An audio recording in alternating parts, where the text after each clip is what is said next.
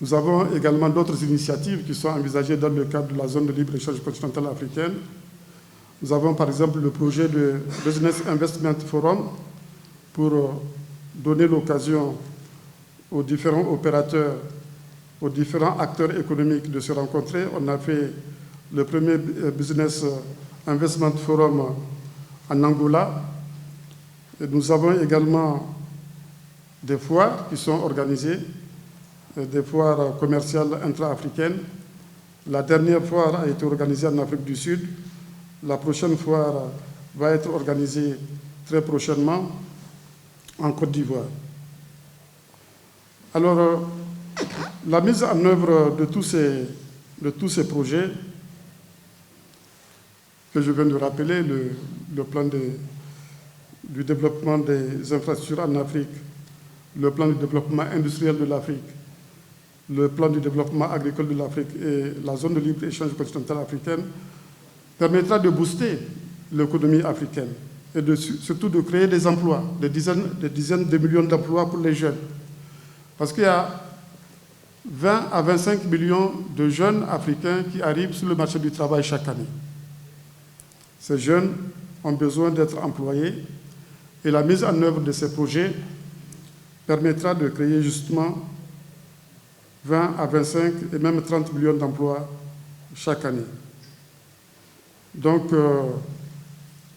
l'agenda 2063, c'est une chance pour l'Afrique.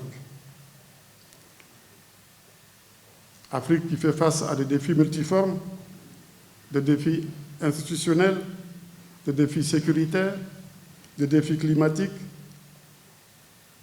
L'Afrique, il faut le rappeler, représente 17% de la population mondiale, mais ne contribue qu'à hauteur de 3% du PIB mondial.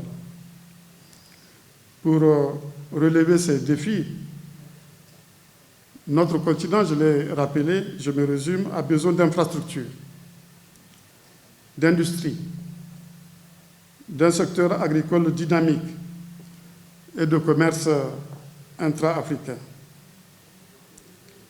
Avec des économies extraverties, l'Afrique est toujours, je l'ai dit dans le pacte colonial, elle exporte des produits à faible valeur ajoutée et importe des produits à forte valeur ajoutée, ce qui crée l'asymétrie à laquelle j'ai fait allusion tout à l'heure.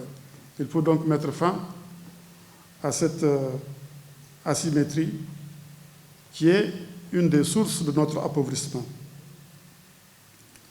Et pour ce faire, il faut non seulement accélérer la zone de libre-échange continentale dont je viens de parler, mais aussi des autres projets et programmes de l'agenda 2063. Et d'ailleurs, la mise en œuvre de ces plans et programmes peut contribuer à la riposte post-Covid que nécessite l'économie du continent.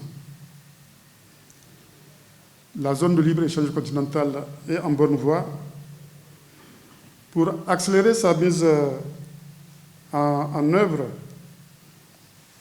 les chefs d'État ont pris des décisions importantes au dernier sommet de l'Union africaine et nous veillerons à ce que ces décisions soient mises en œuvre de manière effective.